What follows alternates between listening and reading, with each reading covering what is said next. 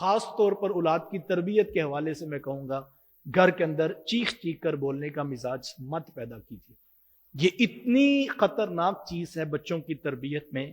آپ بچے کے سامنے چیخ کے بولتے ہیں اور آپ سمجھتے ہیں اس سے روب پڑے گا، تو نتیجے میں بچہ کیا سیکھتا ہے؟ بچہ یہ بات سیکھتا ہے کہ جب میری بات نہ مانی جائے تو میں نے بھی اس طرح چیخ کے بولنا،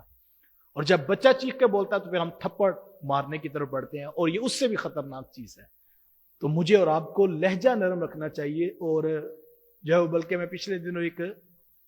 ماہرین نفسیات کا بینچ تھا، تو ان میں ایک شخص کی گفتگو سن رہا تھا،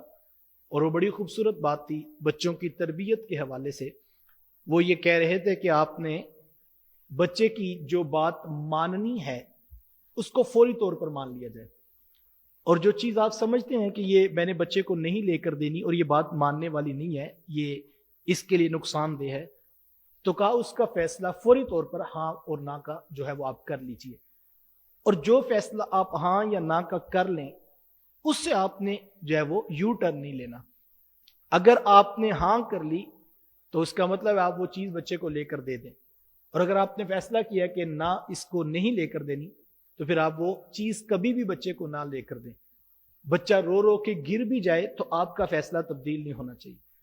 یہ اکثر ماں باپ کی شکایت ہوتی ہے کہ ہمارا بچہ ضدی ہو گیا ہے اور یہ ہماری بات نہیں مانتا، تو اس کی بڑی وجہ یہ ہوتی ہے کہ ہم پہلے بچے کو انکار کرتے ہیں، اور پھر جب بچہ روتا ہے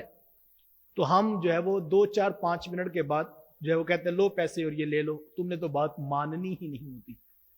تو یہ ایک بظاہر ایک چھوٹی سی ایکٹیویٹی ہوئی ہے، لیکن بچے نے اس ایکٹیویٹی کے در پردہ سیکھا کیا ہے کہ چیز مل سکتی ہے لیکن پہلے 5 منٹ رونا پڑتا ہے، پھر جا کے چیز ملتی ہے، اور اگلی مرتبہ جب آپ انکار کرتے ہیں تو 5 منٹ رونے کے ساتھ نہیں ملتی تو وہ اپنا دورانیہ بڑھا لیتا ہے، 7 منٹ کر لیتا ہے،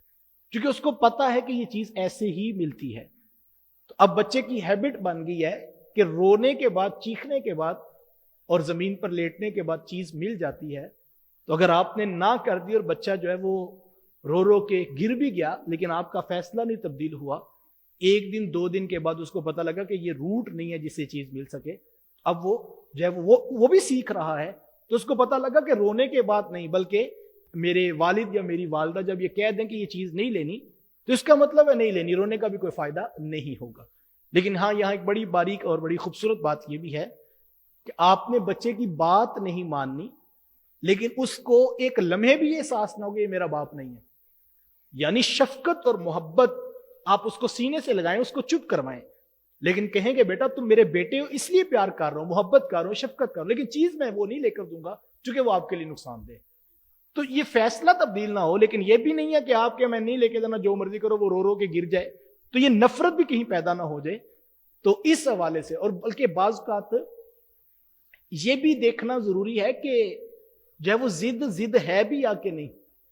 یہ ہمارے اکثر گھروں میں اس وقت مسئلہ بنا ہوا کہ بچے ضد بڑی کرتے ہیں، تو بڑی خوبصورت اور ذوق طبع کی بات ہے کہ وہ ایک ڈاکٹر صاحب ہے، تو وہ کہہ رہے تھے کہ ماں نے کھانا پکایا تو بیٹے کو پسند نہ آیا، اور اس نے کہا کہ میں نے یہ نہیں کھانا، مجھے انڈا بنا دیں یا مجھے فلاں چیز بنا دیں، تو ماں کہتی یہی کھاؤ، تو وہ کہتے ہیں میں نے نہیں کھانا، تو وہ کہتے یہی کھاؤ، تو کہتے ہیں ماں کہتی یہ ضد کر رہا ہے، جب مجھے بتائیں کہ ضد ماں کر رہی کہ بچہ کر رہا ہے وہ کہتے ہیں میں نے نہیں کھانا، تو ضد تو ماں کر رہی ہے نا کہ یہی کھاؤ، تو کہتے ہیں ہم بعض کا ضد ہم کر رہے ہوتے ہیں اور وہ ڈال بچے پہ رہے ہوتے ہیں۔ بھئی اس نے کہا میں نے نہیں کھانا، آپ کے پاس آپشن موجود ہے، گھر میں چیز موجود ہے، تو آپ اس کو وہ دے دیجئے۔ تو اس نے کہا کہ بعض کا ضد ماں باپ ہی کر رہے ہوتے ہیں، بچہ نہیں کر رہا ہوتا، تو ہم کہتے ہیں یہ ضد کر رہا ہوتا ہے، ہمیں بعض کا اپنا بھی محاسبہ کرنا چاہیے، ضد میں کر رہا ہوں کہ وہ کر رہا ہے۔ تو اگر اس پہ غور کیا جائے تو مسائل نرمی سے حل ہو سکتے ہیں۔